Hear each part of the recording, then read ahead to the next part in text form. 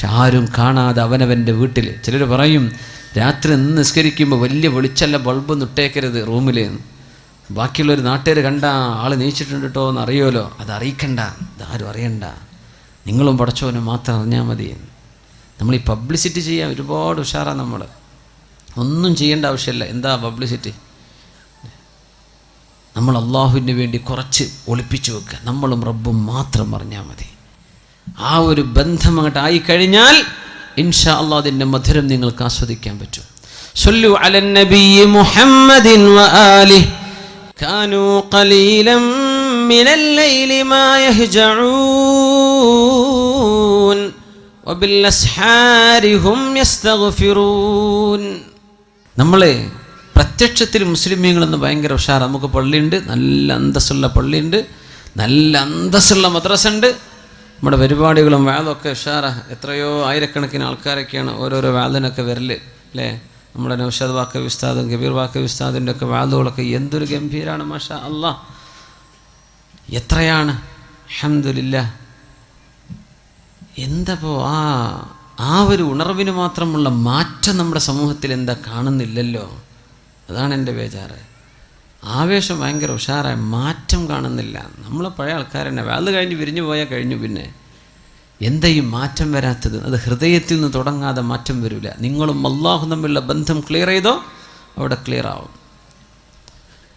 മഹാന്മാർ പറയായിരുന്നു, ഞാനും അള്ളാഹു തമ്മിൽ എന്തെങ്കിലും പ്രശ്നമുണ്ടെങ്കിൽ എൻ്റെ കുതിരയോ ഞാൻ വാഹനം ഓടിക്കുന്ന എൻ്റെ കഴുതയോ ഒന്ന് കാലിടറിയാൽ എനിക്ക് മനസ്സിലാവും എന്തോ ഒരു കുഴപ്പം സംഭവിച്ചിട്ടുണ്ട് എന്ന്.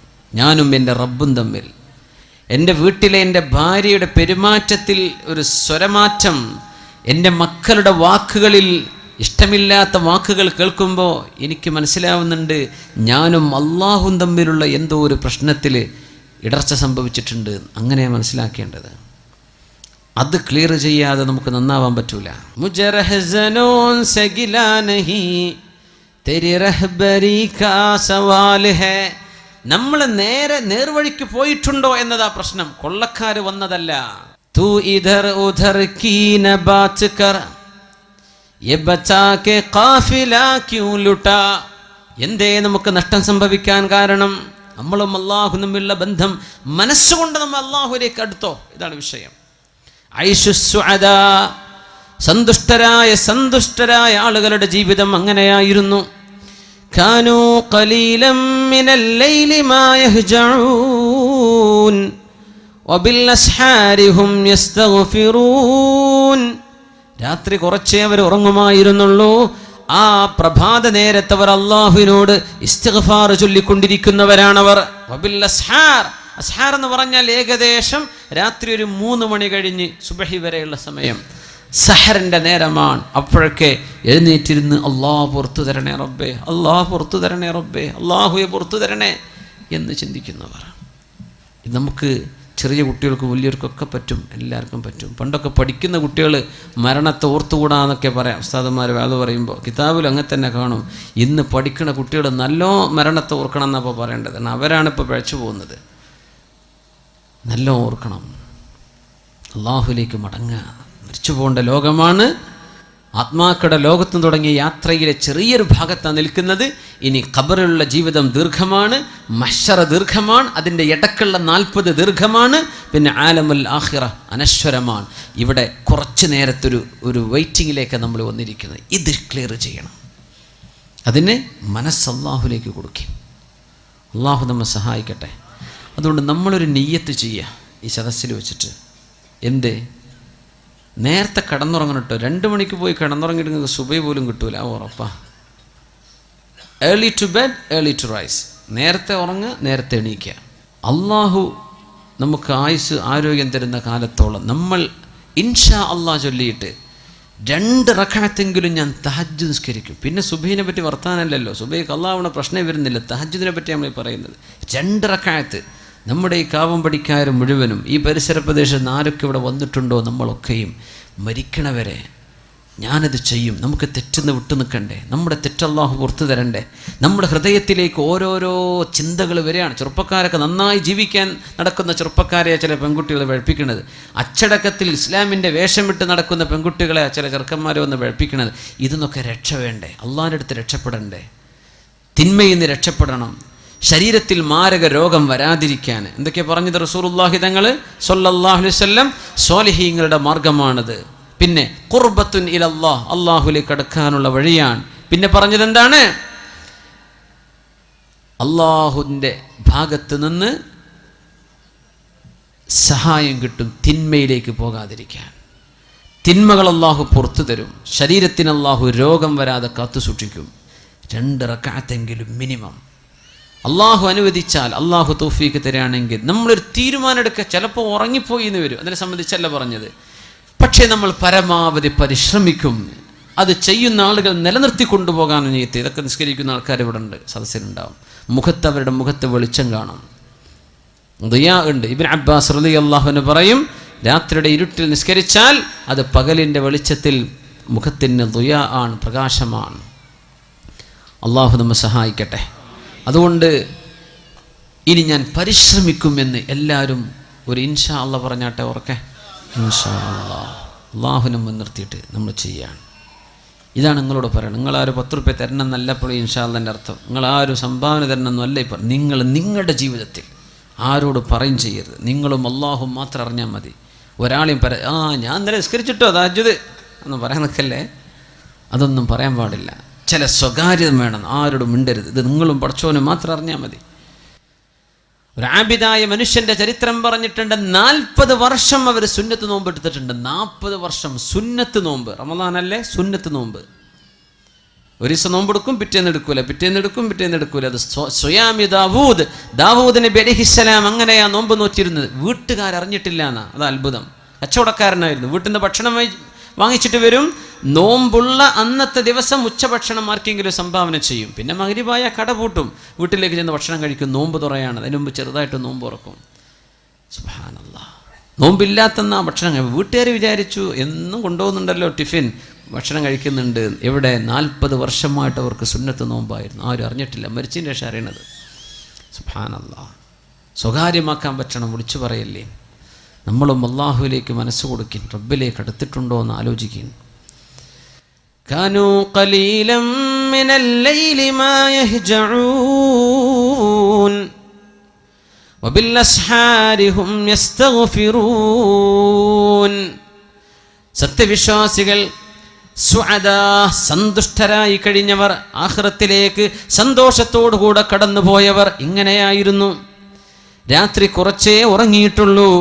അവര് അത്താഴ നേരത്ത് അല്ലാഹുവിനോട് ഇസ്തിഗ്ഫാർ ചോദിക്കുന്നവരാണ്. എൻ്റെ ചെറുപ്പക്കാരികളെ മനസ്സിലാക്കണം.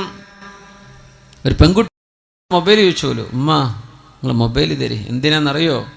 ഒന്നുമില്ല, എനിക്ക് തഹജ്ജുദ് നിസ്കരിക്കാൻ എഴുന്നേൽക്കാനേ അലാറം വെക്കാനാണ്. അലാറം വെക്കാൻ നിങ്ങൾ മൊബൈൽ തരുന്നു. ഉമ്മ കൊടുത്തു. മാസങ്ങൾ കഴിഞ്ഞപ്പോൾ അറിഞ്ഞത് ഈ കുട്ടി മൊബൈൽ വാങ്ങിച്ചിട്ട് തൻ്റെ കൂട്ടുകാരന് മിസ് കോൾ അടിച്ചിട്ട് വർത്താനം പറഞ്ഞിരിക്കുക നേരം വിളിക്കോളെന്ന്. സുബ്ഹാനല്ലാഹ്. ഉണ്ടായൊരു ഒരു സംഭവം പറയാം. നമ്മളെ ഈ ജില്ലയിലല്ലാന്ന് മാത്രം. ഇത് കണ്ണൂരല്ലേ, കണ്ണൂർ ജില്ലയല്ലേ, നിങ്ങളെ ജില്ലയിലല്ല. അതിലപ്പുറം വല്ലതും നടന്നിട്ടുണ്ടോ എന്ന് എനിക്കറിയില്ലേ. ഈ സംഭവം നടന്നത് നിങ്ങളെ ജില്ലയിലല്ല. ഉമ്മ മൊബൈൽ തരി, അലാറം വെച്ച് എണീക്കാനാ മോള് പറയാം. എന്നിട്ട് ഇവള് മിസ് കോൾ അടിക്കുക ചെക്കന്. അപ്പോൾ അങ്ങോട്ട് വിളിക്കുക നേരം വിളിക്കോളും.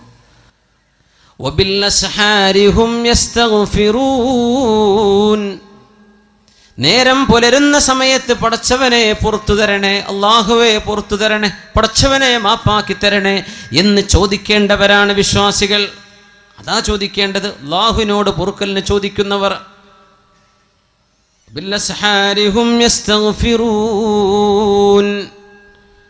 അവർ പാപങ്ങളെക്കുറിച്ച് പേടിയിലാണ്. സത്യവിശ്വാസികൾ ഭയങ്കര പേടിയിലാണ്, പേടിക്കേണ്ടവരാണ്. സന്തോഷം ലഭിക്കുന്ന ജീവിതം ആഗ്രഹിക്കുന്നുണ്ടെങ്കിൽ അള്ളാഹുവിനോട് തിന്മ ചെയ്യലിൻ. മഹാനായ ഉമറുൽ ഫാറൂഖ് റളിയല്ലാഹു തആല അൻഹു മഹാനായ സഅദ് റളിയല്ലാഹു അൻഹുവിന് ഉപദേശം നൽകി കൊടുക്കുന്നുണ്ട്. മഹാനായ സഅദേ, നിങ്ങൾ അറിഞ്ഞിട്ടുണ്ടോ അല്ലാഹു സുബ്ഹാനഹു വ തആല ശിക്ഷിച്ചത് മഹാനായ ആദം നബി അലൈഹി സ്വലാത്തു വസ്സലാമിനെ ഭൂമിയിലേക്ക് ഇറങ്ങാൻ പറഞ്ഞയച്ചത് തിന്നരുത് എന്ന് പറഞ്ഞ ഒരു പഴം തിന്നതിൻ്റെ പേരിലാണ്. ഒരിക്കൽ കള്ളുടിച്ചിട്ടുണ്ട്. എന്താ നിന്റെ ചിന്ത? നീ ചിന്തിച്ചു നോക്കിയിട്ടുണ്ടോ എന്താണ് എനിക്ക് സംഭവിക്കാൻ പോകുന്നത്? ഒരു നേരത്തെ ഒരൊറ്റ തവണ സയ്യിദുന ആദം നബി അലൈഹിസ്സലാമിനോട് ചെയ്യരുതേ എന്ന് പറഞ്ഞ ഒരു കാര്യം മഹാനായ ആദം നബി അലൈഹിസ്സലാം ചെയ്തു പോയ ഒരൊറ്റ പഴം ഭക്ഷിച്ചതിൻ്റെ പേരിലാണ് ഇറങ്ങിപ്പോയിക്കോളൂ എന്ന് അള്ളാഹു മഹാനായ നമ്മുടെ വല്ലിപ്പയോട് പറഞ്ഞത്. ഒരൊറ്റ പഴം തിന്നതിൻ്റെ പേരിൽ അള്ളാഹുവിൻ്റെ ശിക്ഷ എങ്ങനെയാണെന്ന് ആലോചിച്ചിട്ടുണ്ടോ?